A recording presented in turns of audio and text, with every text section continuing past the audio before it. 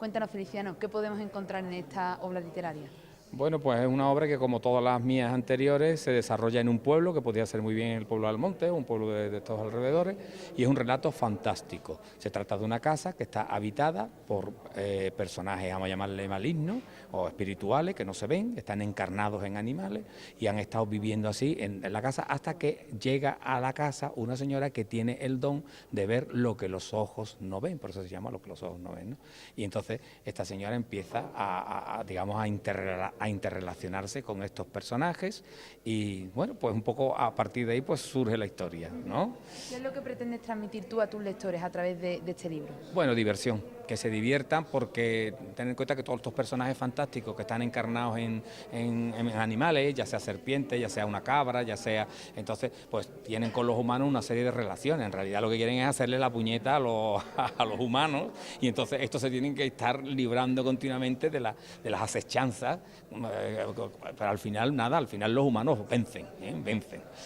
Pero no acaban con ellos finalmente, porque siempre vamos a tener en nuestras vidas gente o personajes o espíritus que de alguna manera nos intenten fastidiar, ¿eh? Así que ese es el libro. Pero yo pienso que humor, distracción y un relato que, bueno, algo te puede enseñar, pero que fundamentalmente te va a distraer. Y para terminar, Feliciano, ¿qué es lo que esperas tú del acto de presentación que va a tener lugar en un instante? Bueno, yo lo primero es darle las gracias a Manuel Monge Gil, que es el que me hace la presentación, que es un amigo y además ya me ha hecho varias presentaciones, y también al Ayuntamiento de Almonte, pues que gracias por este espacio que nos presta y poder llegar, gracias a vosotros, ¿no?, a muchas personas que si les interesa la temática del libro, pues que lo puedan comprar y lo puedan leer y distraerse, ¿eh? Hablamos con Manolo Monge como presentador, en este caso, de la propia presentación de Feliciano. Cuéntanos cómo se va a desarrollar un poco el acto en sí. En el de ahora. Pues yo quiero ser siempre breve. Lo que pasa que, claro, este hombre, los libros que escribe son tan amables y tan amenos a la hora de leerlo y a la hora de contarlo, que he hecho más tiempo del que necesitase. Vamos, del que es normal. Pero lo voy a montar, pues, lo normal, un agradecimiento, en principio, a Feli, porque además es el tercer libro que ya le presento, y, vamos, se arriesga bastante depositando esa confianza en mí, pero bueno, estupendo. Y después, pues, voy a estructurar un poco, o decir la estructura del libro, son 3 partes las que, según creo, puedan existir desde el punto de vista del contenido, hablar un poquito también de los aspectos formales del libro, y finalmente, bueno, pues recomendarle a los lectores que lo compren y que lo disfruten. ¿Cómo definirías tú qué es la figura de Feliciano, en este caso, como escritor? Bueno, Feliciano es un tío que es artista, pero integral. O sea, Feliciano tiene varias facetas. Yo creo que se conoce ya bastante su proyección social, aparte de su currículum. Tiene, bueno, la parte de la biografía, que no ha perdido el tiempo estudiando.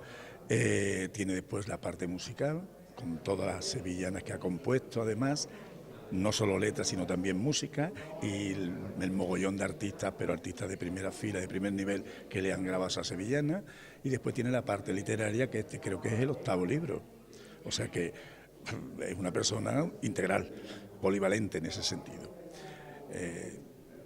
Una sensibilidad impresionante, se nota en todo, en las letras de la sevillana, en lo que es, digamos, la forma de la prosa que tiene, en todo, en la voz, incluso su tono de voz, en el piano, en todo, es un artista. Hablamos con Pepa Faraco, como concejala de Cultura del Ayuntamiento de Almonte. Bueno, Pepa, una vez más Almonte se da la mano con la cultura, en este caso con la literatura, de la mano de Feliciano.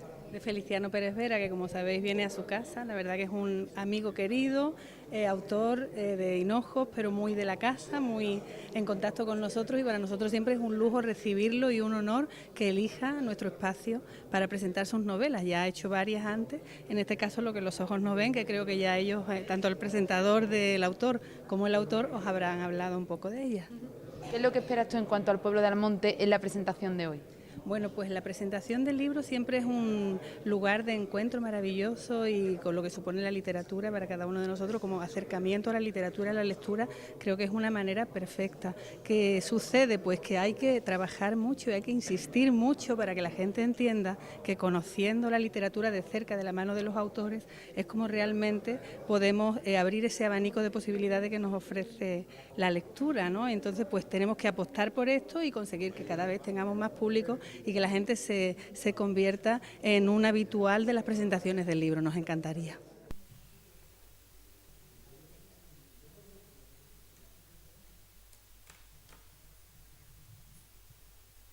Bueno, buenas tardes a todas las personas que han decidido acompañarnos esta tarde y que han venido a este espacio tan particular para nosotros, tan querido, donde hacemos normalmente este tipo de convocatorias para presentar obras literarias, la mayoría de las veces, además de otras actividades culturales. Bienvenidos a todos, a todas las personas que nos acompañan y también a las que nos ven desde sus casas y a través de los medios, por supuesto. Esta tarde lo que nos hace reunirnos aquí en compañía de una persona bastante querida por todos nosotros es la novela Lo que los ojos no ven, como he dicho, con su autor Feliciano Pérez Vera Hernández. Muchísimas gracias de verdad a todos por compartir este rato tan especial, porque además vamos a estar también con un queridísimo profesor de literatura, muy importante para muchas generaciones de almonteños y almonteñas, Manolo Monge. Aquí tengo a mi derecha a Manolo Monge y a Feliciano Pérez Vera Hernández a mi izquierda. La verdad que estoy encantada, creo que se nota, que me siento feliz de estar entre ellos y para presentar esta obra, porque son dos personas muy importantes, creo, en el mundo de la cultura de nuestra tierra, la verdad, y especialmente en Almonte, en nuestro condado, son personas muy queridas. Como decía, en este caso es un honor compartir la mesa con ellos por lo que representan y significan en el sentido académico, por un lado, y literario por otro, pero también personal. No hablo solo como concejala de Cultura, sino también como antigua alumna de Manuel Monge, a quien él supo inculcar un profundo amor por las letras, la lectura, la poesía y la literatura en todos sus géneros. Qué verdad más grande es que el maestro deja una huella para la eternidad y que nadie puede decir dónde acaba su influencia. Gracias, Manolo Monge, por arroparnos la juventud a tantas personas con el legado importantísimo de nuestras letras. Bueno, pues como de la novela van a hablar por un lado el profesor y por otro el autor, yo quiero hablar un poco de este último, de Feliciano Pérez Vera. Hablar de Feliciano es hablar de creatividad infinita, de sensibilidad extraordinaria, de conocimiento y de sabiduría popular. Es hablar de tertulia, de poesía, de música, de tardes de guitarra en la aldea, de noches mágicas en torno a la guitarra y al piano, de letras importantes, de sevillanas que definen nuestro sentir y nuestra idiosincrasia. El rocío que yo quiero, una oración rociera, salve, señora, y otras tantas que expresan con exactitud y delicadeza ese modo de ser, sentir y vivir que nos distingue y caracteriza a todos los que amamos el rocío. Artista polifacético, transversal, hablar de él también es hablar de escritura exquisita, de novela, de realismo mágico con tintes andaluces, de herencia de antepasados y de costumbres centenarias, folclorista, poeta, músico, compositor, creador incansable, andaluz enamorado de su tierra hasta la médula, aunque ciudadano del mundo, nos visita hoy como novelista para presentarnos este último trabajo suyo, que como todos los otros les recomiendo si es que quieren vivir en sus líneas la magia desbordante de la pluma de Feliciano, que en este caso nos pone en contacto también con un mundo mágico invisible y habitado que coexiste, según el autor, con el nuestro. Para decir algo muy significativo de Feliciano, de este escritor y de esta persona creativa y brillante que es él, que nos acompaña hoy, yo voy a recurrir a unas palabras que dijo Jorge Guillén sobre Federico García Lorca, refiriéndose, entiendo yo, a lo extraordinario de su personalidad y de su presencia. Cuando está Federico, dijo Jorge Guillén, no hace frío ni calor, hace Federico. Pues eso mismo digo yo hoy de Feliciano, porque he vivido esta sensación muchísimas veces con él, disfrutando de su presencia. Puedo permitirme hoy cambiar ese nombre y decir, cuando está Feliciano no hace frío ni calor, hace Feliciano. Así es, quien lo conoce lo sabe, y quienes no, disfruten de esta presentación y de esta obra, porque les aseguro que merece la pena. Así que nada más, muchas gracias. Gracias a ti.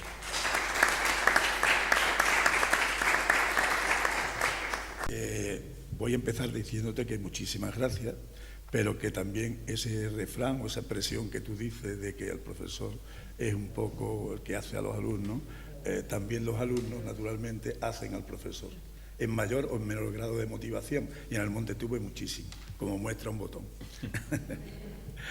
Bueno, pues comienzo entonces. Un lugar, el Rocío. Unas sevillanas, una oración rociera.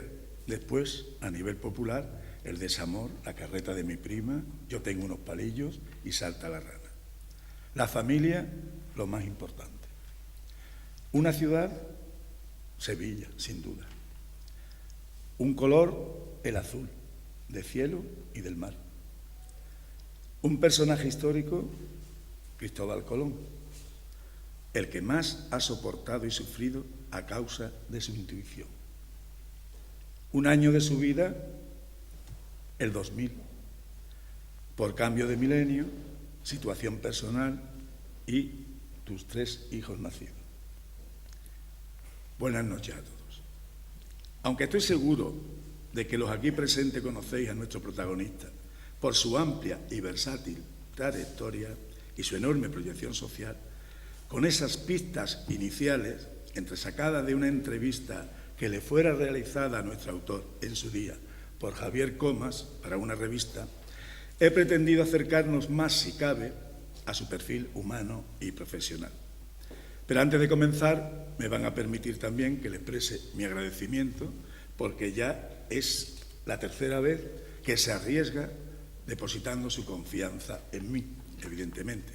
En este caso, para la presentación de esta nueva obra suya, una novela que sin duda viene a reafirmar cualitativamente también no ya su reconocida capacidad creativa en el campo de la composición, como músico y letrista, sino también su importante aportación en el género de la narrativa, faceta que hoy nos convoca en esta ciudad de la cultura de Almonte, un pueblo en el que siempre me siento como en casa, porque mi trabajo en su instituto de bachillerato, durante los primeros años de su andadura, como tal, mi habitual asistencia al Rocío y mi estancia veraniega en Matalascañas me han regalado la amistad y el afecto absolutamente recíprocos de muchos de ustedes. Así pues, amigo Feliciano, muchísimas gracias. Feliciano Pérez Vera nace en Hinojos y cursa sus primeros estudios en régimen interno en el Colegio Salesiano de La Palma del Condado, para más tarde continuarlos en Sevilla. Ello, sin embargo, no va a suponer óbice alguno para que Hinojos, a pesar de su ausencia, continúe siendo de manera constante su hogar, al mismo tiempo que habrá de suponerle una fuente fundamental en donde todo lo aprende y cuyo paisaje habrá de servirle de eterna inspiración en la casi totalidad de su actividad creativa. En los prólogos de sus obras Sevillana y El Rocío que yo quiero, el propio autor reconoce la enorme influencia del ambiente familiar en los inicios de su vocación literaria, así como la vida y costumbres del pueblo que lo vio nacer, de donde va a extraer todo su universo literario, sus personajes, sus historias, sus reflexiones. No deja de sorprender el amplio currículum que Feliciano ha ido llenando de arte y de contenido todas las etapas de su vida, en las cuales, tras sus años de formación en los que aprende francés e inglés y obtiene la licenciatura de Derecho en la Universidad de Sevilla y la diplomatura de asesoramiento financiero por la Pompeu Fabra de Barcelona, realiza asimismo un máster en Dirección Comercial en la Escuela Superior de Gestión Comercial y Marketing de Madrid. Poco después, el trabajo le llevaría a esa ciudad en la que habría de residir durante 16 años, como alto ejecutivo en una entidad financiera, para más tarde, en el 2004, volver a Sevilla como director general de la desaparecida Caja San Fernando, refundada con el nombre de Caja Sol, en donde desarrolla una importante faceta como asesor y colaborador en materia de financiación de empresas nacionales y extranjeras, así como en actividades culturales y artísticas de dicha entidad. Esta intensa vida laboral no fue obstáculo para que Feliciano continuara cultivando de manera importante su faceta artística y literaria.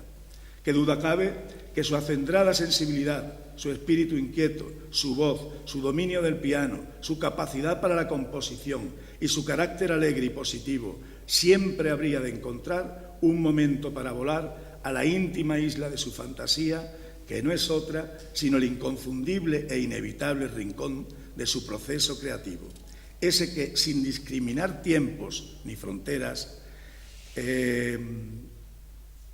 surge de pronto, sin explicación razonable ni aparente, en el aquí o el ahora que ordena la inspiración y nos crea un estado especial que nos aísla placenteramente a otra realidad paralela. Así hemos de explicarnos su importante, prolífica y variada actividad en el campo de la música. A lo largo de 4 décadas, Feliciano Pérez Vera ha desarrollado una intensa labor dedicada sobre todo a la composición de canciones, a colaboraciones con revistas y periódicos y a la producción discográfica en general. De lo realizado en todos estos años, vamos a destacar que en 1979 ingresa a la Sociedad General de Autores de España y lleva a cabo la composición de diversas canciones que serán interpretadas por la cantante Gracia Montes. En ese mismo año recibe el Premio Nacional de Sevillana concedido por el programa La Hora de Andalucía, de Radio Intercontinental de Madrid.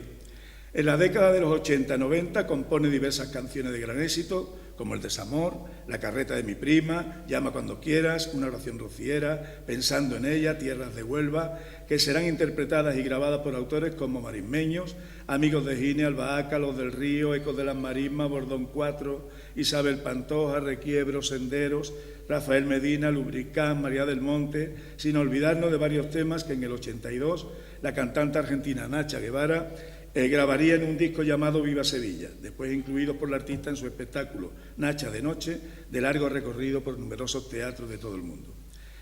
Tampoco hemos de olvidarnos de varias canciones en el 84 que fueron grabadas por Isabel Pantoja, incluidas después en el disco titulado Los Toreros de Triana, de gran repercusión mediática. 2000 y 2004, en ese periodo, y bajo el título La historia de la sevillana, María del Monte graba 4 discos que constituyen una recopilación de los títulos más importantes de Feliciano, como Salta la rana y Amores son como flores. Concretamente, en el 2004, su disco Leo Leo alcanza la cifra récord de ventas de 100.000 copias y en él van exitosas creaciones de nuestro autor. En el 2006, Feliciano asume la dirección de un trabajo consistente en una recopilación de sevillanas antiguas titulada Así canta nuestra tierra por sevillanas, que fue editada en 3 volúmenes por la Obra Social de Cajasol, y en la que intervienen numerosos artistas como María Faraco, Manuel Lombo, Senderos, Amigos de Gine, etc. En el 2019, en el programa Yo soy del Sur, emitido por Canal Sur y presentado por María del Monte, se ofrece un homenaje a su trayectoria como compositor con un récord de audiencia de 400.000 telespectadores. Compone en el 2020 El Todo es mío, un hermosísimo conjunto de sensaciones hecho canción, inspirada durante un paseo por el puente de Triana, en la que plasma su personal e intransferible percepción de la romería del Rocío y de sus más entrañables vivencias. No menos importante es la faceta que esta noche nos ha convocado aquí. Como es su notable actividad literaria, en la que hay que citar, además de otras publicaciones, como El Rocío que yo quiero, de septiembre de 2015, y Sevillanas de diciembre de 2017, ambas de Editorial Punto Rojo, varias novelas como Fuerte es el amor más que la muerte, Un asunto de familia, después de recorrer el mundo entero, Uno de los nuestros, El inocente y Lo que los ojos no ven, que nos ha convocado hoy.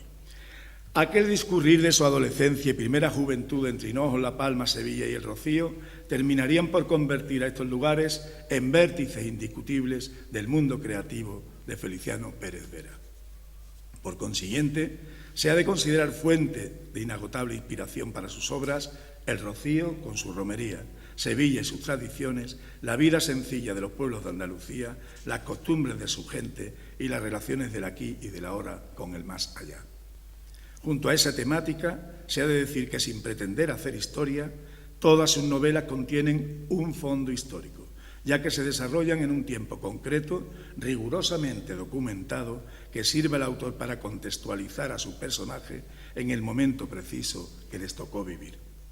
Esta microhistoria o intrahistoria, como diría Unamuno, de un lugar concreto, de pueblos reales con nombres ficticios, al igual que hiciera Muñoz y Pavón, Valdeolivos, Amaranta, Paternina o Montemayor, se presenta armónicamente configurada junto a un mundo paralelo, aunque invisible, donde viven los difuntos y con ellos los espíritus buenos y los malos, que habrán de generar de forma inevitable y ante el desconcierto de los vivos tanto maldiciones como milagros. Así se consolida el imaginario novelístico del autor, en donde de manera omnipresente encontramos el tema por antonomasia del amor, siempre el amor, al que Feliciano en una de sus novelas proclama como Quevedo más fuerte que la muerte. Tras este recorrido por su biografía y su brillante trayectoria, pues llegamos pues a la nueva novela, Lo que los ojos no ven, publicada por Libros Indie en marzo de 2023. Se trata de una obra dedicada a Teresa, a Miguel y a Fernando, sus hijos, que consta de 3 partes, desarrollada a través de 354 páginas tan sabrosas que desde ahora les puedo garantizar una lectura amable, rápida y extraordinariamente amena, en base a su cercanía con nuestro espacio, a su equilibrado tiempo narrativo y, cómo no, a las costumbres, caracteres y modus vivendi de sus personajes, para nosotros tan familiares que, como ya se ha dicho, se puede intuir sin reserva alguna que proceden del propio universo de nuestros pueblos, del que no distan, en efecto, excesivas distancias, como puede evidenciarse en el siguiente párrafo que he entresacado de la página 10-11. Montemayor es un pueblecito bonito, sencillo y de aspecto inocente, que bien pudiera haber estado situado en cualquier rincón del universo, pero que está en el sur de España. Un villorro agrícola y ganadero, atrasado y aferrado a sus costumbres, que se levanta a trabajar cuando el sol sale y descansa cuando la luna brilla. Sus campos son 1/3 de olivar y de viñas, 1/3 de tierras de labrar y el tercio restante, pinares y marismas. No son más de 3000 vecinos, todos ellos bautizados, y por eso los diablos los atacan especialmente, aunque también viven allí 200 de moros sin mezquita. Son gentes que piensan en Dios cuando suena la campana y acompañan al cementerio a los amigos que se van. Es cierto que guarda muchos lugares comunes con sus anteriores novelas. A lo largo de sus páginas, el lector va a ir conviviendo, como sucede con otras obras suyas, con 3 generaciones de una familia acomodada que, con casa en la ciudad, prefieren, sin embargo, otra situada en el ámbito rural, ya sea de alguna hacienda aislada del campo andaluz o bien, como en este caso, en una casona propia de terratenientes ubicada en el centro de un pequeño pueblo, Montemayor, que alberga, aparte de amplios salones y numerosas dependencias de los señores, los espacios destinados para el servicio, los aperos y el ganado. Si en algún momento aparece un espacio urbano, como sucede con Sevilla, Madrid o Lisboa, en este libro se trata de situaciones muy puntuales, obligadas la mayor parte de las veces por asuntos concretos de los señores.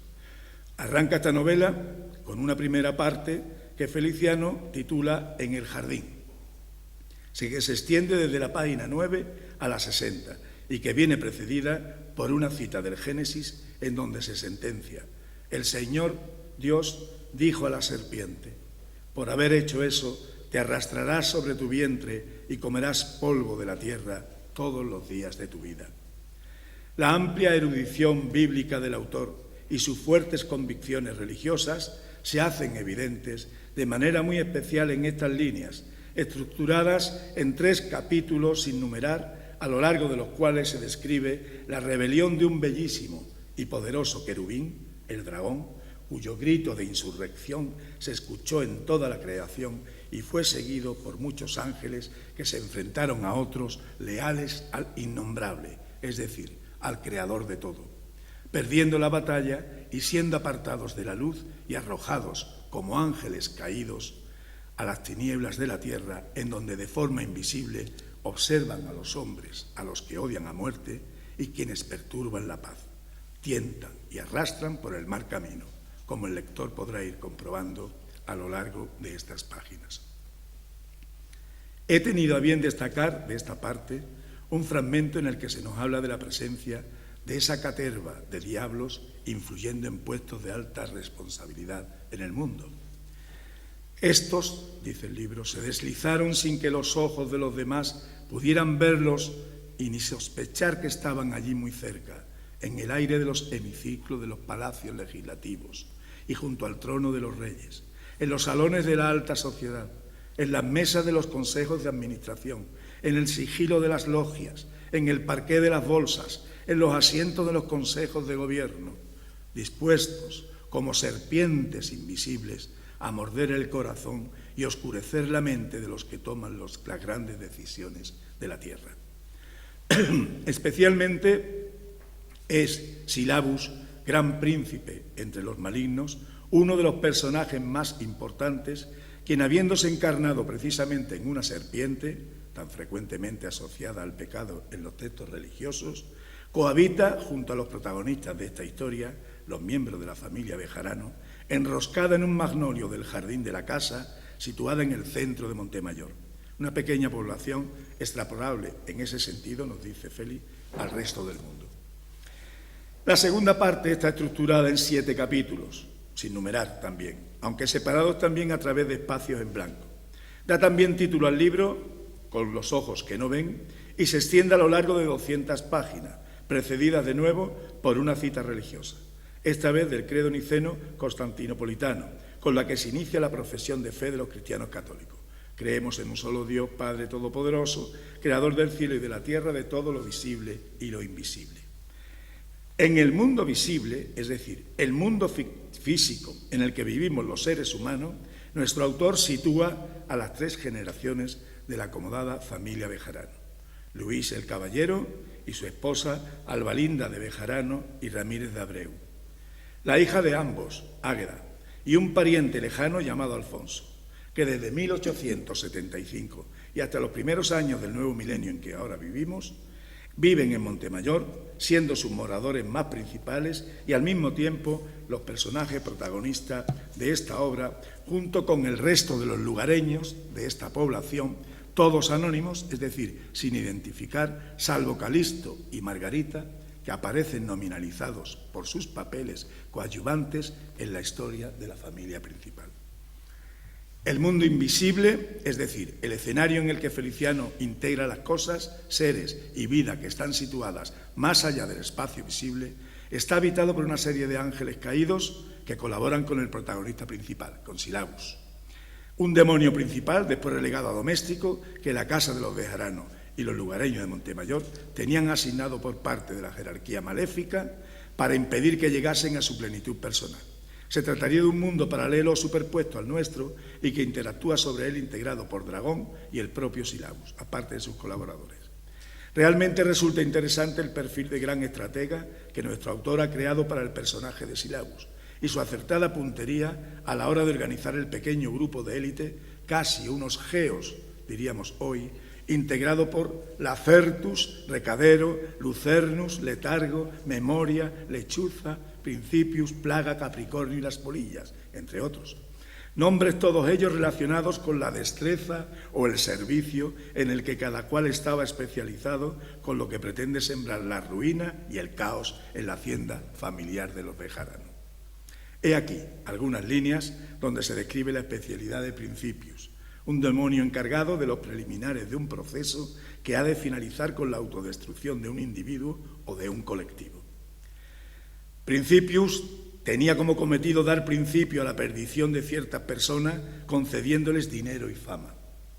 Elegía muy bien a sus víctimas.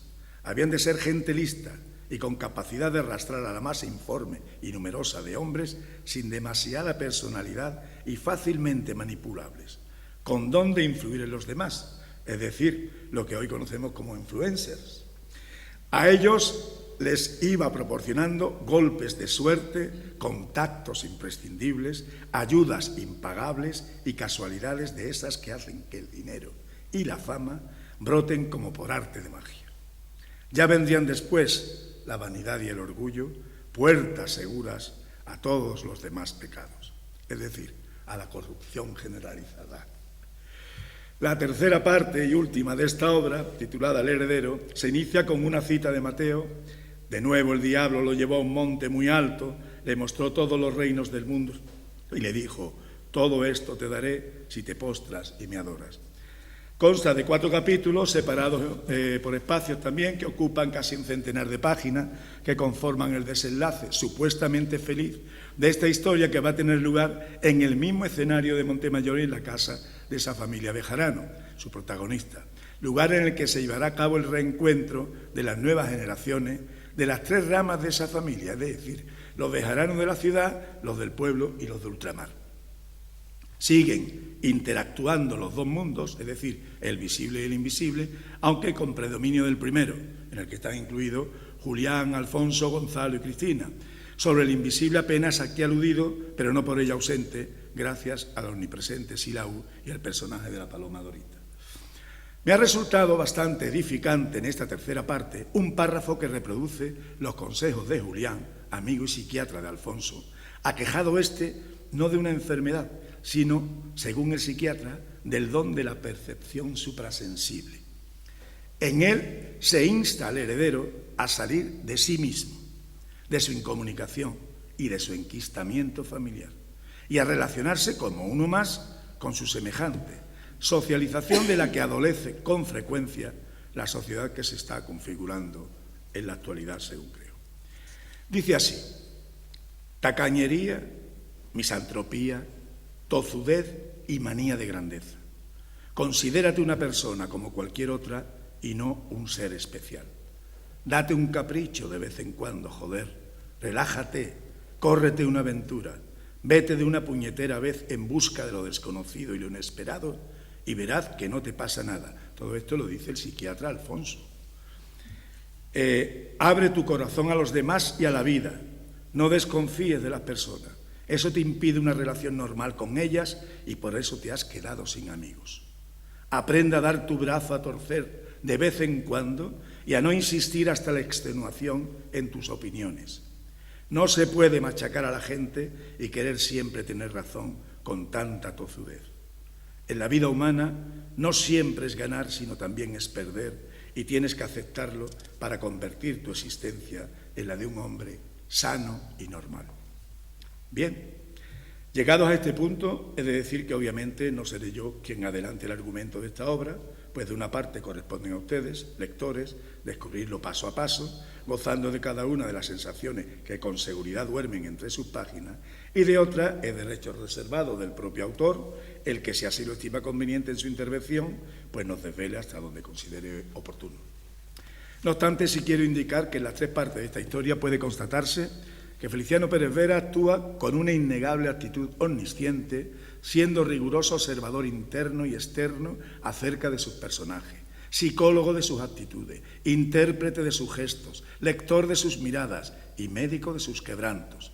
Y nos cuenta con genial maestría los avatares por los que transcurre la confortable vida de los miembros de la familia Bejarano, que como cualquier otra de su desahogada posición habrá de afrontar en la ficción tanto las amables luces de su juventud y de su hacienda, como también las aciagas sombras de un oscuro y maléfico hado, en este caso protagonizado por los espíritus malignos, quienes, sin que ellos sean plenamente conscientes de ello, están mediatizando negativamente el discurrir de sus vidas cotidianas.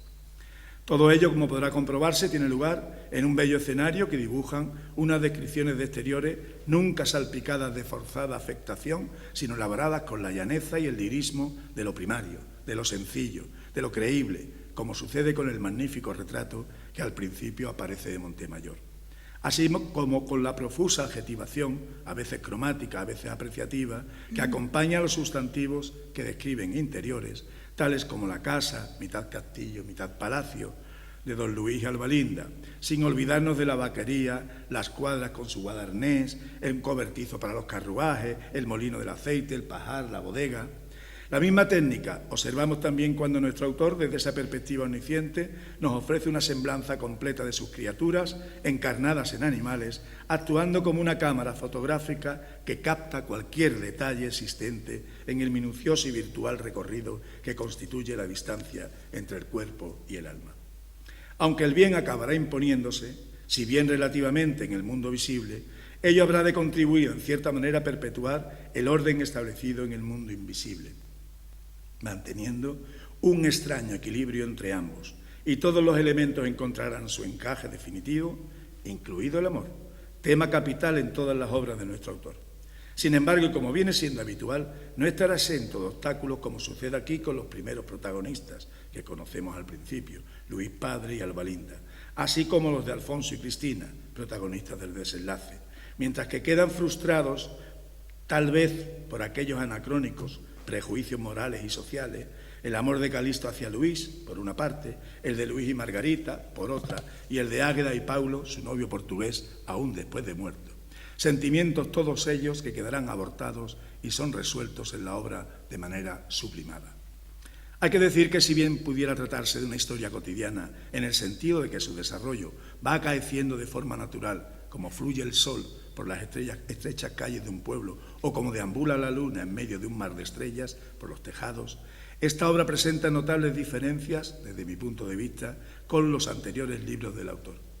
Por ese inefable recorrido que Feliciano nos aporta a través de la interacción del mundo, de los humanos y de los espíritus malignos, que realmente viene a hablarnos del bien y del mal y de su obligado y complejo maridaje, condicionando todos los estratos sociales, así como sus instituciones. Feliciano, mediante una suma de acontecimientos que van encadenándose unos tras otros de forma espontánea, conforma un guión manifiestamente mágico y, sin embargo, verosímil, muy didáctico y, a mi juicio, susceptible, toma nota, ¿por qué no?, de ser enlatado en una película de animación, a pesar, no obstante, de la presencia del elemento sobrenatural, encarnado por el diablo Silabus, representante de las fuerzas del mal, con sus colaboradores que no ahorran esfuerzo por mantener su hogar en los confortables rincones del jardín de los Bejaras. Toma nota.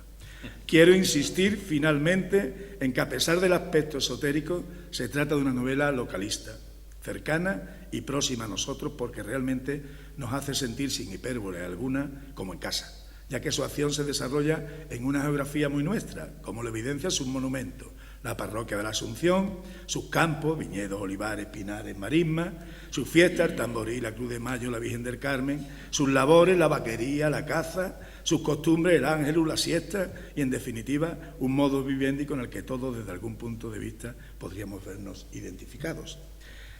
No deseo, ni debo, extenderme más. Quédense con el interesante perfil psicológico con que la agudeza y extraordinaria sensibilidad de Feliciano Pérez Vera ha sabido dibujar a sus personajes y sus escenarios. Pongan atención al rigor con que nuestro autor crea la base del relato y especialmente a su espontáneo estilo a la hora de confeccionar el sencillo y a la vez elevado ropaje literario que envuelve esta historia. Y cuando lleguen al final, como ya aconsejaba el personaje de Julián, psiquiatra de Alfonso, en su consulta, alégrense, siéntanse orgullosos de lo que son y de dónde están, y compartan ese sentimiento día tras día con los demás, sin pudor alguno, porque eso nos hace, lo dice Julián, con seguridad, personas sanas y normales. Muchas gracias.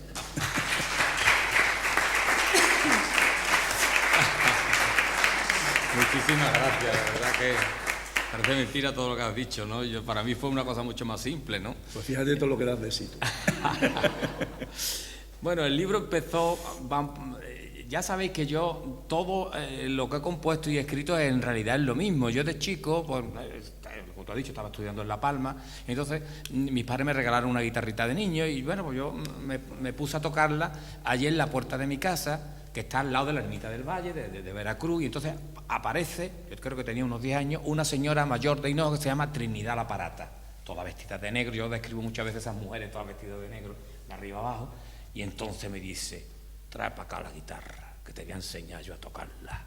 Y entonces, pues nada, yo le di mi guitarrita, y entonces la mujer empezó a enreveir, me tocó una sevillanita, que alguna vez lo habréis escuchado, adiós olivarito de la aceituna, una sevillana que había sido de Hinojo de los años 20. Y entonces a mí aquello me despertó, digamos, un interés tremendo por la cultura y por esas cosas que no tenían nada que ver con, digamos, con lo que estábamos viviendo en los años 70 o 60 y mucho, ¿no? Y a partir de ahí ya es todo ese mundo, porque ella me lleva a su casa, me enseña su guitarra de palo de santo, me explica que había habido un profesor en los años 20 que le había enseñado a algunas niñas de Hinojo a cantar, y entonces empieza a cantarme sevillana y a cantar.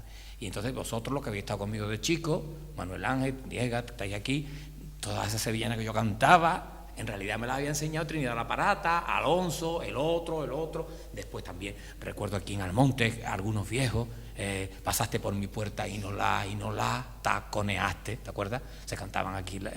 Y entonces ese mundo me va metiendo cada vez más en la vida del pueblo, ¿no?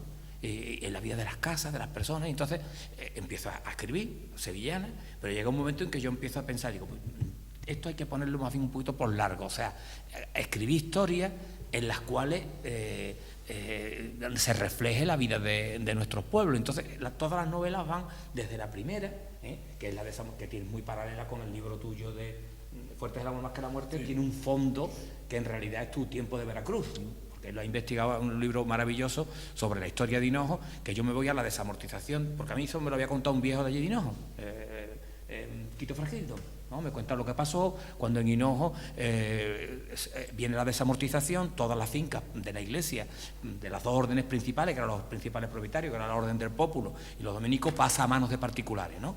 Y entonces pues allí se forman, y esa es la primera novela, y a partir de ahí va siguiendo, digamos, todos sus pasos, unas van tratando de una manera, y esta, digamos, es un paso más. Y ahora, ¿cómo empiezo yo a vislumbrar? Yo recuerdo que es un poco, a ver cómo te digo, yo mi abuelo, por ejemplo, le tenía mucho miedo a la ruina. La ruina para él llegaba un momento en que era una persona. Entonces, yo digo, estas personas, o la suerte, que Dios te dé suerte, que la suerte te acompaña. Parece que estamos hablando de una persona, ¿verdad? Es una cosa, es un hecho. Y sin embargo, le daban capacidad, o sea, era en realidad una persona. Mi abuelo decía la ruina, hablaba de la ruina como si fuera alguien que te pueda hacer daño, entonces a partir de ahí voy generando un poco, y en la novela lo vais a ver, ¿no? Que casi todos estos personajes, pues yo qué sé, por ejemplo está Plaga, pues Plaga es un demonio al cual le encomiendan dañar las propiedades del pueblo, y entonces te describe pues una plaga que le afecta a todo. Vienen las langostas, se pudren las viñas, el vino se convierte en vinagre por un hongo que no sé cuánto, entonces te explica. Plaga que es un hecho, pero sin embargo, en realidad está actuando como una persona. Entonces, eso lo vais a encontrar siempre en la novela. Todos estos personajes maléficos que yo he metido en un animal, en un tal, en un cual, ¿no? Pues entonces son esos hechos convertidos en personas. Esto en realidad es muy antiguo, son todos los mitos griegos y todas Apolo, el dios del amor. ¿Qué es el amor? El amor es un hecho, sin embargo llega un momento en que nosotros lo convertimos en persona, y entonces nos creamos un dios, ¿no? Pues entonces esa idea que está inspirada, ya te digo, yo empecé a pensar en todo esto, en esa cosa que tenían los antiguos de, por ejemplo, la suerte. Dios te dé suerte, que tengas suerte y el saber nada te importe. O sea, si la suerte te acompaña, pues, es una persona que está contigo. Y eso es un aspecto que yo empiezo a desarrollar, y después ya veis que en mis novelas anteriores estoy con el tema del genio y de las cualidades, y en El Inocente estamos hablando. No hay carisma que no tenga estigma, no hay don que no tenga una cadena, eso es así, ¿no? Entonces aquí ya no es, digamos, el lastre que tienen las personas que tienen ciertos dones, ¿no? Que se han considerado, decía Aristóteles, esto es el furor divinus, el furor melancolicus, es personas que están dotadas de una determinada hipersensibilidad, que si ellos consiguen verdaderamente dominarla, pues pueden hacer grandes obras. O sea, los grandes artistas, en todas mis novelas siempre aparece el don, pero tiene su cadena, o sea, o son neuróticos, o sufren. Me he traído este librito porque digo, lo he leído y digo, mira, esto es lo que yo he estado diciendo, y os voy a decir, o sea, esto para Aristóteles era el humor divinus, el humor melancolicus o el furor divinus, o sea, en realidad lo podemos decir como la melancolía, que le llamamos los antiguos, la hipersensibilidad, que le acompaña al don creativo, a la persona que tiene capacidad para crear. Y aquí hay unos ejemplos muy graciosos. Por ejemplo, Tchaikovsky siempre tenía la sensación de que se le caía la cabeza. Él componía, pero sin embargo, él siempre tenía el convencimiento de que la cabeza se le caía. Richard Wagner no podía, tenía siempre una neurodermatitis, la acompañó siempre, y no podía componer como no tuviera una gorra puesta. Siempre ponía, lo habéis visto que Wagner siempre lo representa, con una especie de gorra con borlón y siempre con batones colorados, o sea, batas de estar en casa de terciopelo rojo. Tenía que hacerlo así. Debussy no podía estar, para poder, tiene que estar en un cuarto verde. Todo lo que componía era un cuarto completamente pintado de verde y ojo al parche, rodeado de gatos. Dormitaban todos por alrededor y así era de la única manera que él podía componer. Bueno, aquí hay ciertos de ejemplos, ¿no? De locuras y de cosas que casi todos los genios han tenido, pero aquí ya voy yo a otra parte. Ya digo, bueno, ya hemos tratado el tema de la cadena o digamos del sufrimiento. Como decía Lorenza, le dice al personaje, esto es, como dicen los muertos, vas a tener dones, pero tendrás también que pagar un precio por esos dones, porque esto es como el lastre del velero. El lastre del velero, si el velero tú no le pones peso, llega el viento y lo desarbola y lo arranca del mar. Entonces toda la persona que tiene grandes cualidades tiene que tener una especie de lastre que le haga sufrir, una llaga, un estigma, un carisma que tiene su estigma, un don y tiene una llaga por la cual de alguna manera, si no, el genio creador se volvería loco, me refiero por el orgullo, ¿no? Y ahora ya vengo aquí a esta cosa y me planteo el personaje de una persona que tiene don, pero que no es creído. Y entonces pienso en Casandra. Sabéis que Casandra es hija del rey de Troya. Y entonces Apolo, es un mito, Apolo le dice que quiere mantener con ella relaciones sexuales y entonces ella le dice que sí, pero le pide a cambio el don de la profecía. Yo, si quieres tener relaciones conmigo, me tienes que dar el don de la profecía.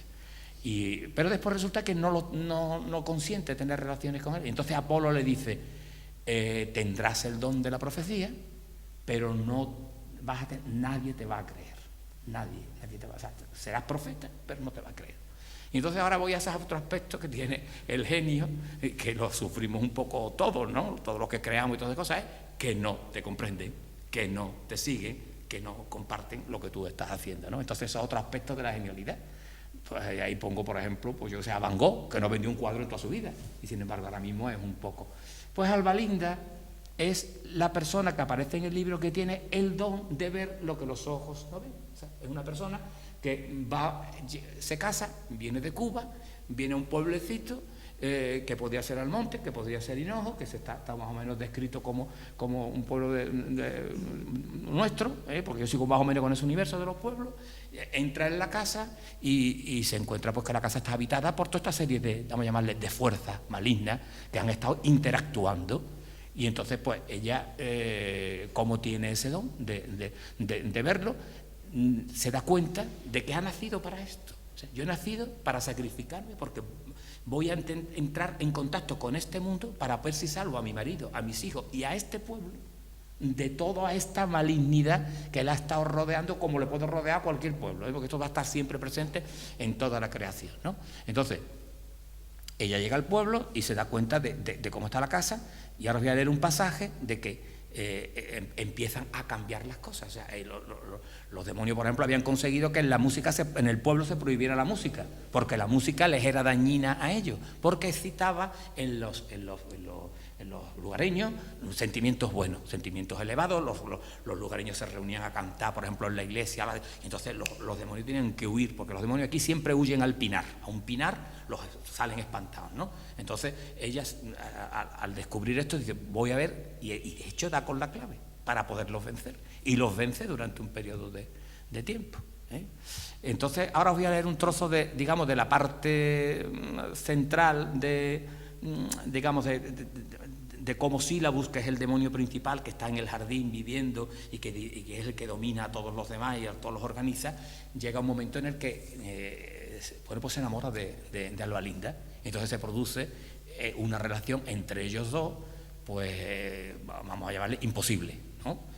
Entonces ella, ya te digo, ella ha llegado al pueblo, Alba Linda ha llegado al pueblo, de Cuba, ha venido rodeada de todos sus criados cubanos, con sus guitarras, sus timbales, no sé cuánto, y se ha encontrado con que en el pueblo está prohibido tocar la música. Y ella, sin embargo, dice que no le hace caso. Empieza a actuar de forma que empieza a subvertir. Y entonces ya Sílabo dice, bueno, esta mujer, ¿quién es? ¿Qué clase de persona es esta? Voy a bajar a enterarme, voy a meterme en la casa y voy a ver quién es, ¿no? Entonces dice, desde hoy mismo, dice Sílabo, yo me encargo de ella, personalmente. Abstenerse todos de actuar, le dice a todos los demonios. Bajaré a la casa, la espiaré y veré si eso que dicen las polillas es verdad. Así fue como Sílabus bajó en espíritu a la casa. Era de noche. Albalinda estaba en aquel momento sola en su alcoba, peinándose frente al espejo.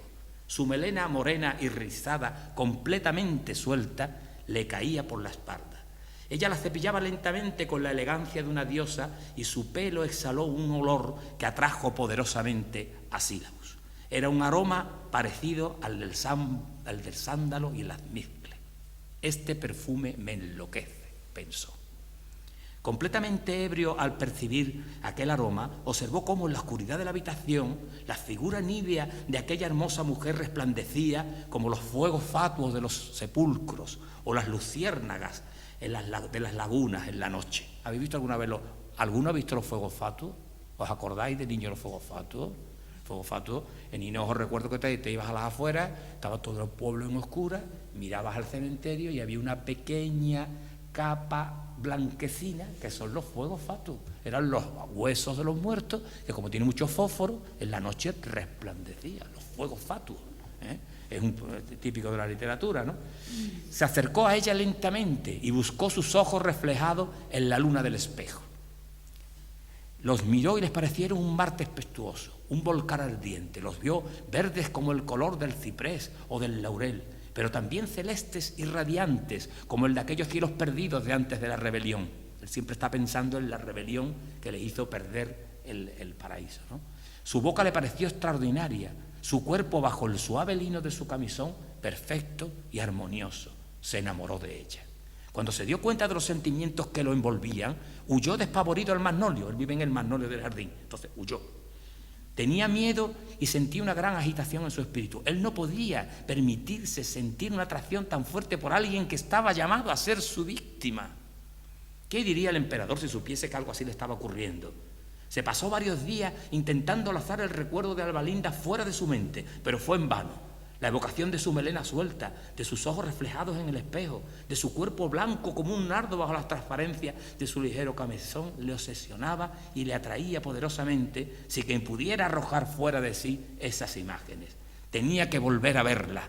La deseaba profundamente, verla de nuevo frente al espejo cepillándose el pelo, aspirar el aroma a sándalo y almizcle de la primera vez, presentir su hermoso cuerpo bajo las transparencias del lino de su camisón. Sabía bien por su mismo oficio que una mala pasión, si no se corta a tiempo, es como un río desbordado que se lo lleva todo por delante. Lo sabía bien. Debía eliminar aquella catarata de sentimientos humanos que se habían apoderado de él, pero no sabía ni podía hacerlo.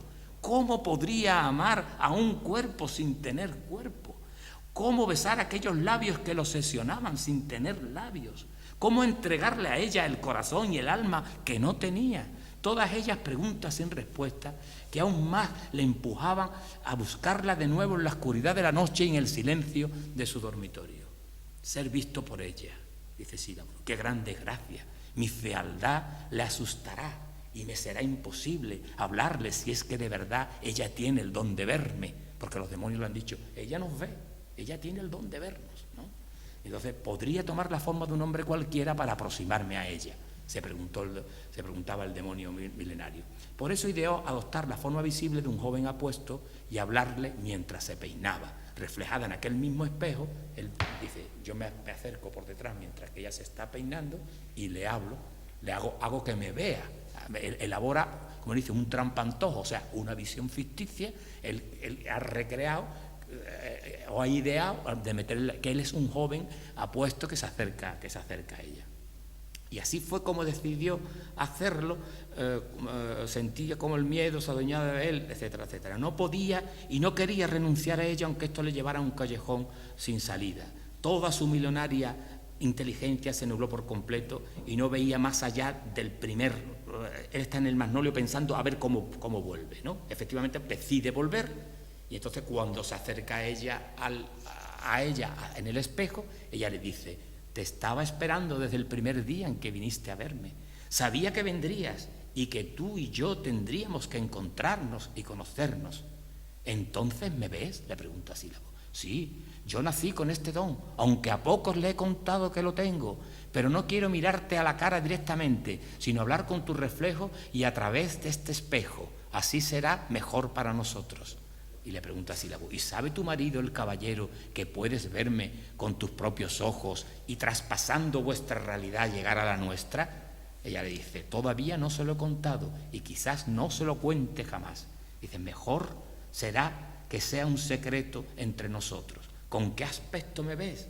Yo deseo parecer humano para sentirme así más cerca de ti, porque creo que me he enamorado y por primera vez en mi historia me gustaría ser un mortal con alma y cuerpo, porque aunque tuviera que soportar las miserias del dolor y de la enfermedad, también tendrían los gozos de los amores que abrazan el alma de los hombres.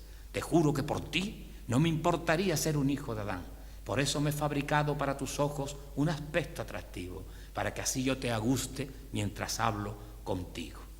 Bueno, total, ahí sigue la cosa. Entonces ellos llegan, ella le dice: tienes que saber que yo soy una mujer casada y creyente, y con ninguna criatura de la tierra o del cielo o del infierno puede tener amores, pues me debo a mi sagrado esposo. Pero no me importará tener contigo una relación de amistad.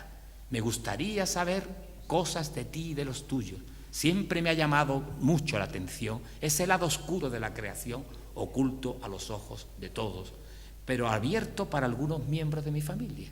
Total, pasa el tiempo, viene la segunda noche, ellos ya empiezan a esto. Ella que dice: voy a intentar saber todos los secretos, a ver cómo podemos dominar a estos demonios, ¿no? Llega la segunda noche y entonces ella siempre repite el mismo rito, ¿no?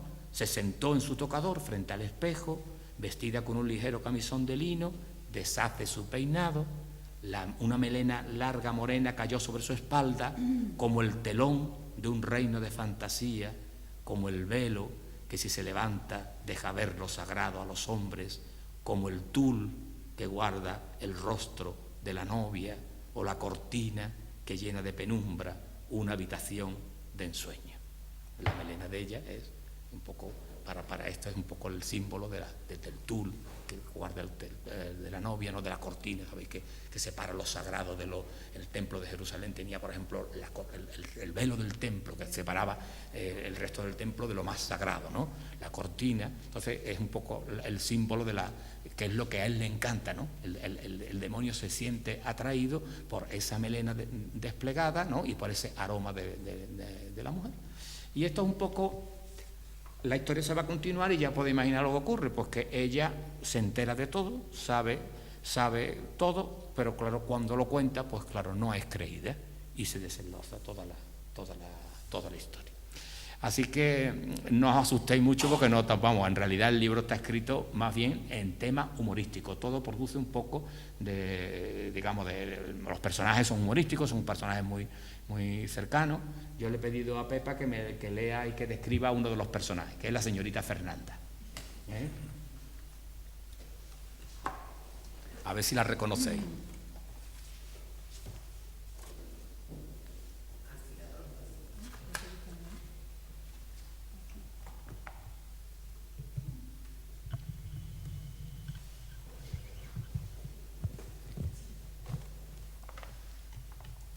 Un militar retirado de las guerras carlistas, condecorado y titular de una discreta pensión, vino a restablecerse de sus muchas heridas y dolencias a Montemayor, hacía unos años. Con él vino su hija Fernanda Benavides y con ella su piano, ya desde entonces desafinado.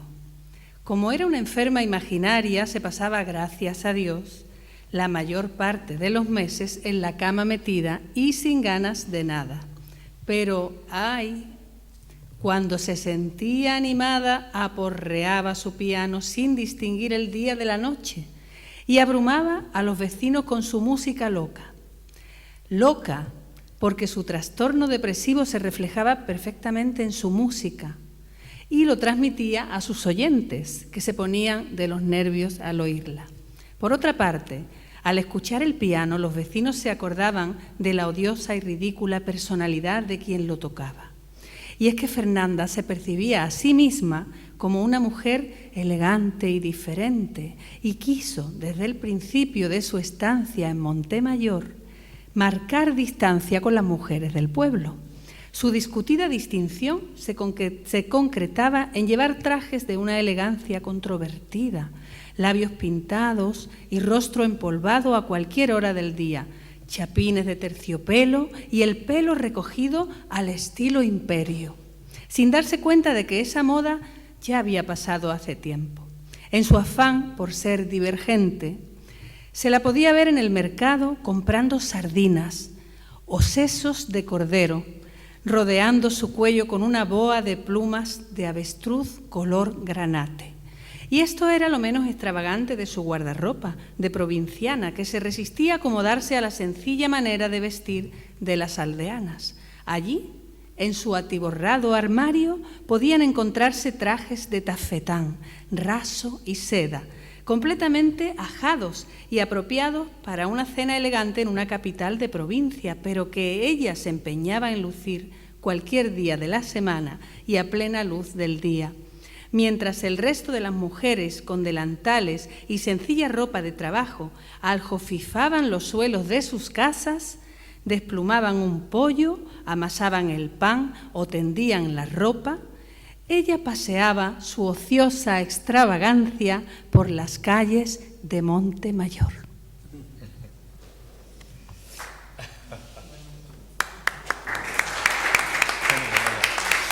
En definitiva, quiero decir que el libro está lleno un poco de tener en cuenta que empieza en el año 1875 y termina en el año 2009. Y al final, pues claro, digamos, Sílabus recibe el encargo de quedarse en la casa mientras que la casa esté llena, esté habitada.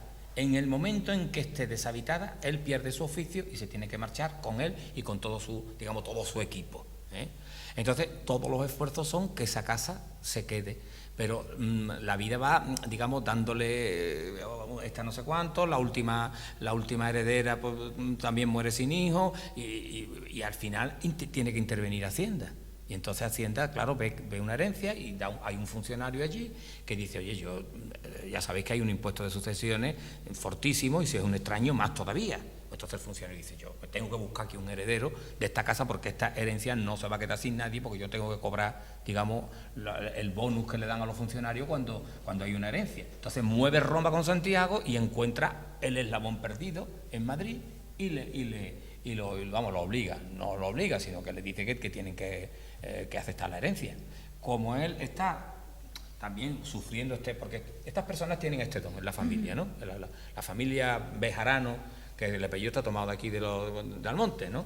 Esta familia tiene este don y Albalinda, que es prima también de Luis, porque en realidad son primos lejanos, los tiene. Y ese mismo, que es el heredero, también lo tiene. Claro, como él no sabe nada de su vida, él ha investigado que tiene una antepasada, que le habían mandado a una clínica, que tenía ese don, y él más o menos pero no podía demostrar que esa mujer estaba, ese historial médico era de una antepasada suya, por eso no podía acceder.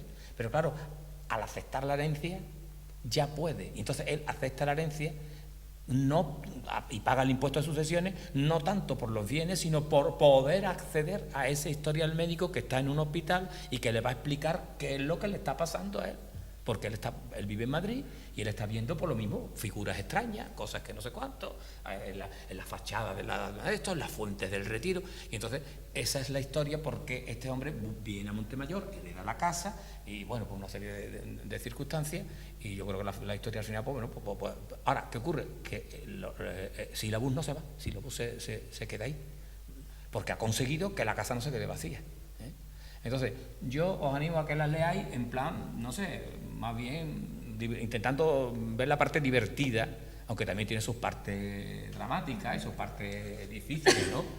Hay una cosa que es histórica, que bueno, una cosa que pasó en la Guerra Civil aquí en Almonte, que es el famoso ametrallamiento de los mineros en unos maizales que hubo aquí cuando vinieron de Río Tinto. Almonte estaba ya acogido por las fuerzas nacionales, entonces entonces lo meto ahí, ¿no? Cualquiera que conozca ese hecho histórico sabe que eso pasó en Almonte. Y después también, bueno, por la independencia de Cuba, ¿no? Que también te sitúa. Yo siempre para que el lector se ubique temporalmente pongo algo. Entonces Albalinda se viene a España, vende todo lo que tiene, hace una enorme fortuna en oro, porque los americanos, ya los españoles no están allí, entonces todos los descendientes, ella es española-portuguesa, entonces le están presionando, le están haciendo la vida imposible, hasta tal punto de que ella ha tenido que retirar de la ciudad, de Santiago de Chile, de Santiago de Cuba, o sea, a una finca, hasta que le llega la carta del primo, pues, en fin, y ya organizan lo que es la Avenida España, ¿no? Bueno, pues ya lo que me queráis preguntar.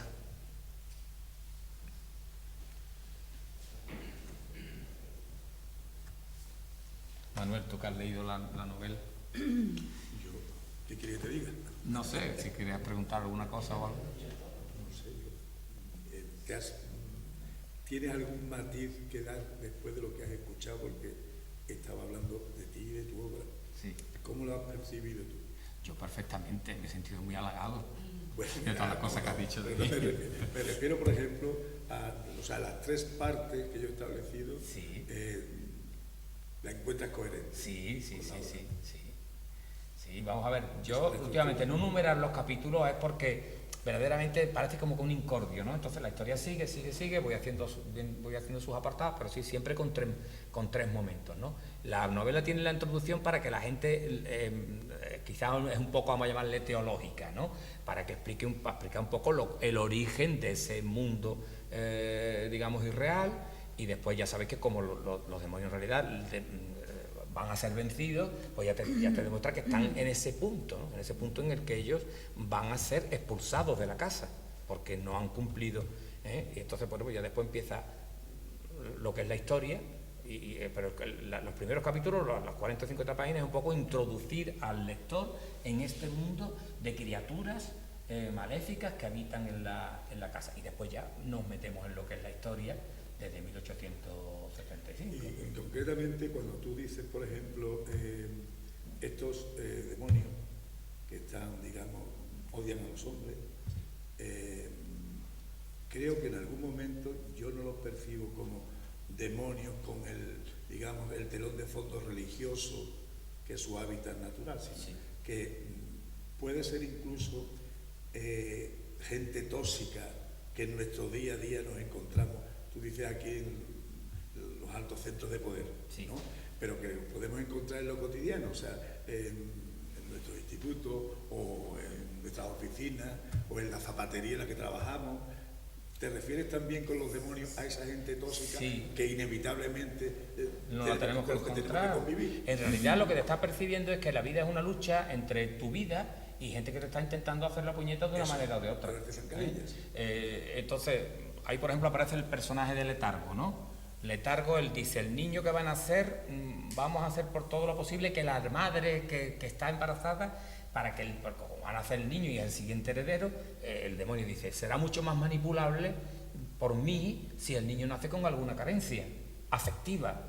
Entonces, vamos a hacer, y entra Letargo. Letargo se explica, pero digo que no es una persona, es un hecho.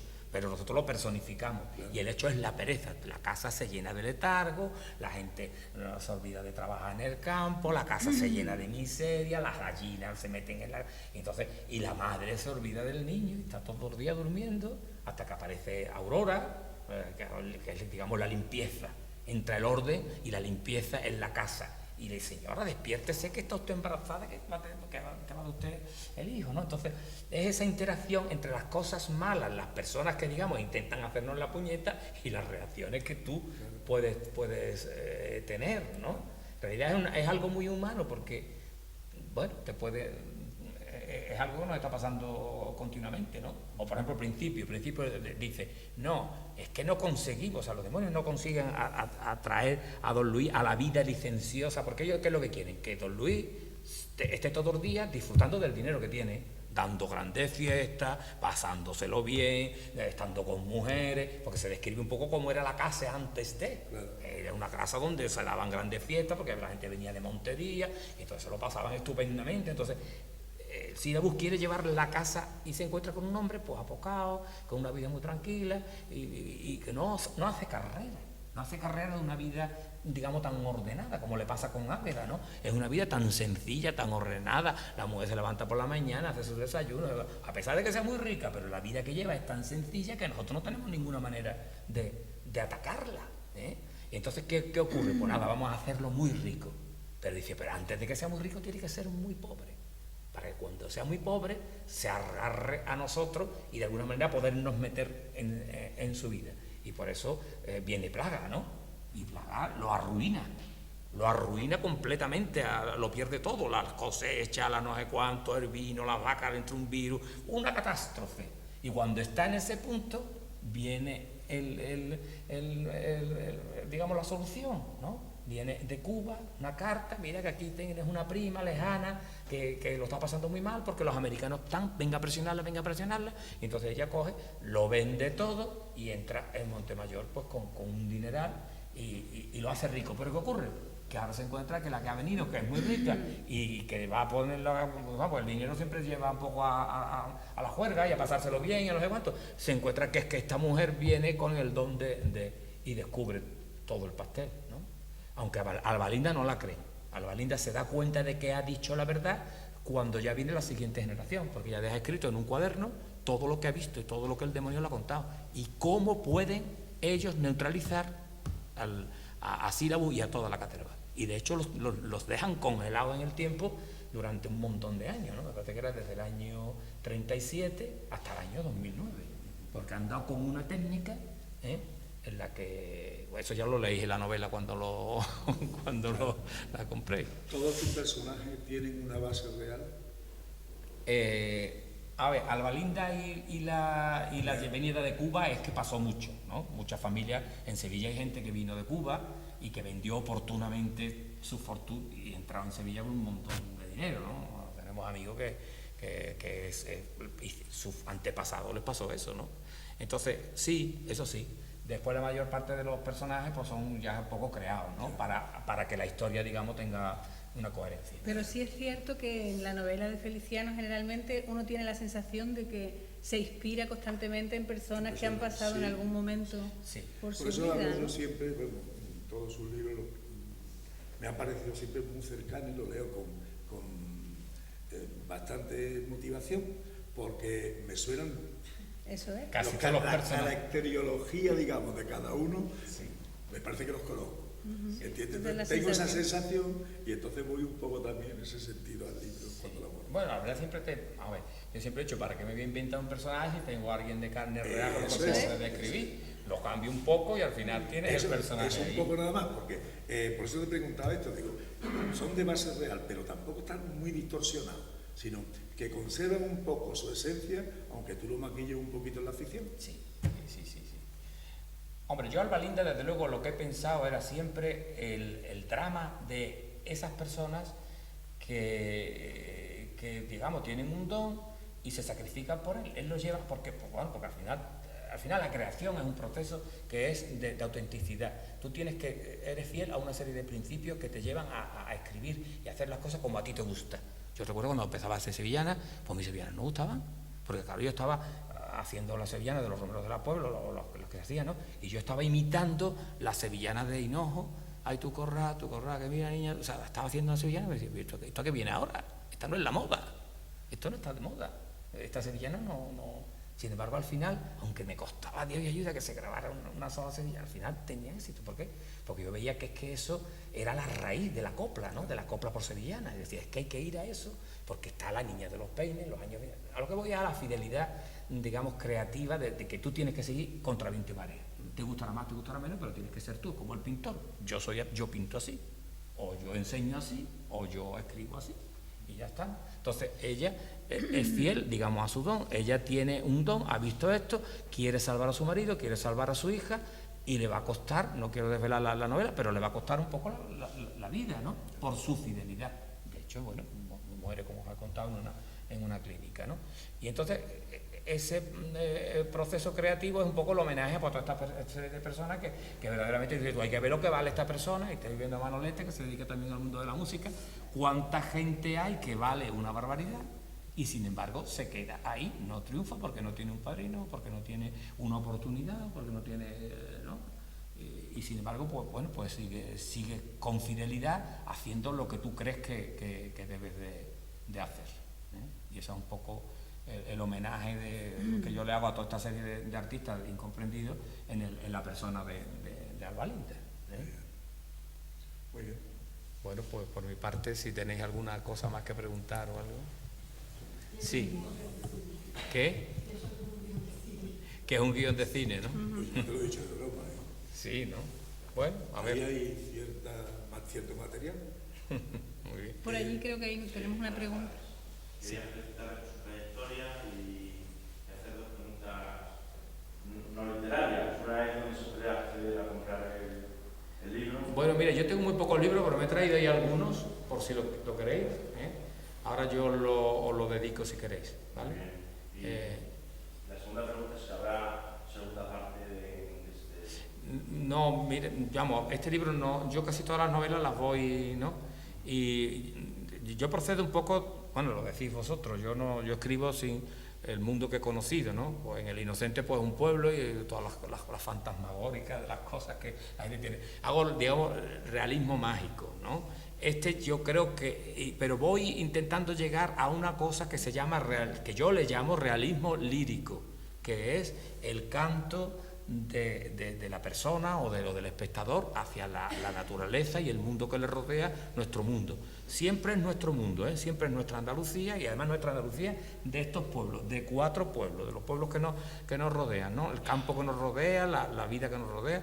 Y entonces voy poco a poco caminando, dejando atrás todo este tema de espíritus y de tal, para llegar a ese realismo lírico que será la próxima novela que las 2 próximas entregas. Esto es un programa que yo tengo más o menos de cómo ir presentando las cosas, ¿eh? Y tiene, digamos, sus secuencias, ¿no?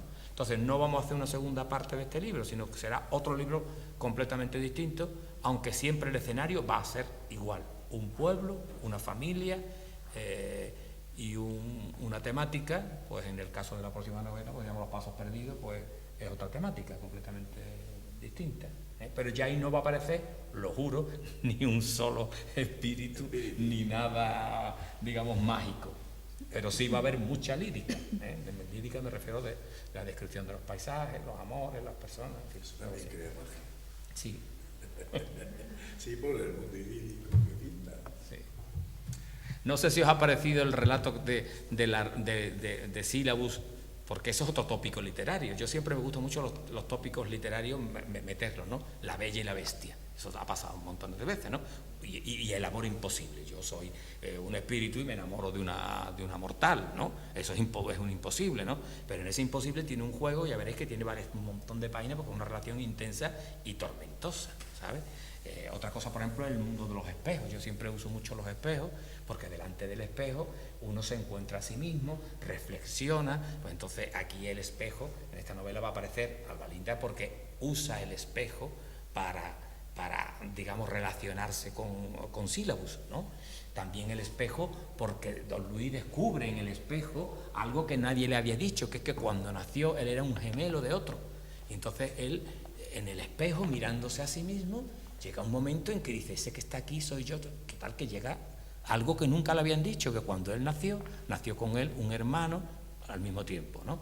Y en el espejo también el padre de don Luis sufre las grandes tentaciones de desesperación que le mete Sílabus, porque Sílabus le gusta, lo ve que el hombre está sufriendo remordimientos, y entonces aprovecha el momento del espejo y en ese momento le ataca, le dice: estás viejo, eres un fracasado, estás no sé cuánto, en el espejo, llega un punto que llega a suicidarse, ¿no?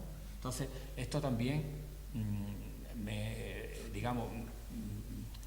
no es que me he basado, sino que le he hecho un pequeño homenaje a ciertas personas que hemos conocido que se han quitado la vida, y que yo muchas veces he pensado que han sufrido, digamos, pensamientos obsesivos por parte de cosas, digamos, de elementos exteriores, ¿no?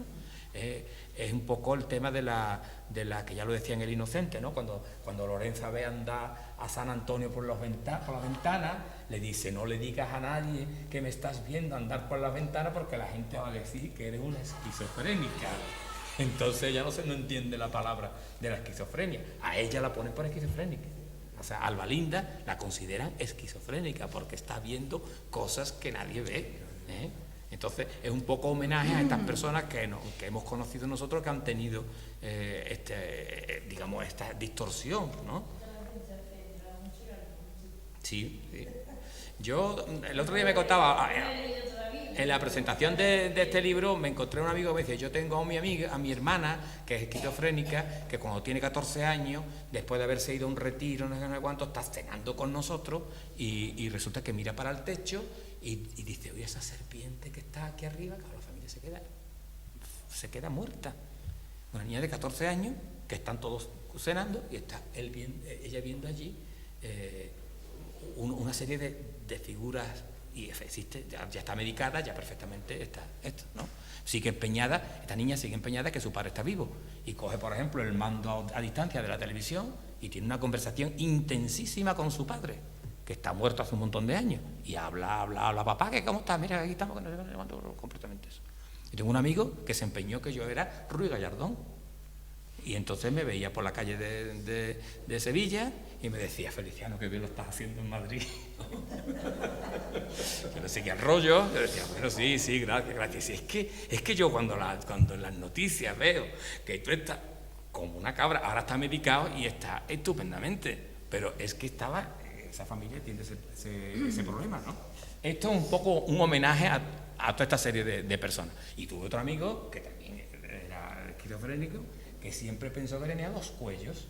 Esto que decía, que hemos hablado de sí, que Tchaikovsky, que pensaba que se le caía la cabeza, probablemente tendría ese tipo de problemas. Este amigo mío me decía: Feliciano, ¿no me ves que tengo aquí algo que yo veo aquí que no? Digo: no, tú tienes el cuello perfectamente. No te creas que tienes dos, que sí que tengo dos cuellos, ¿no? Después empezó a decir que es que le crecía la mente. ¿Tú te das cuenta lo grande que se me está poniendo? Yo creo que de tanto estudiar se me está poniendo, pobrecito. Son personas que verdaderamente esa enfermedad pues lleva eso. Que ya te digo, al final es cuestión de que lo mediquen, le den con la medicación adecuada y se quedan estupendamente.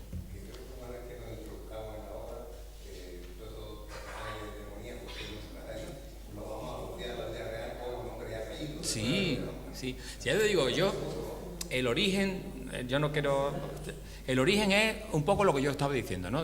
Se lo decía ya mi hermano, dice: hay que ver nuestro abuelo, que se decía la ruina, ¿no? Él veía la ruina en todas partes, había visto a su padre arruinarse, entonces lo que más temía era que le pasara a él lo mismo. Entonces, por ejemplo, un gasto excesivo, era la ruina. Mi padre se compró, nosotros vivíamos todos juntos, mi abuelo, toda la familia, un especie de patriarcado, ¿no? Aquí está Irene, mi prima, que también participaba de aquella macrofamilia. Y entonces él se compra mi padre una televisión, y entonces lo primero que ve cuando la televisión llega, dice: la ruina. ¿Como una ruina? Si esto es una televisión. Sí, pero él veía que detrás de la televisión eso era un gasto excesivo y que venía la ruina. La tormenta. La tormenta era así, ¿no? O al contrario, la suerte, ¿no?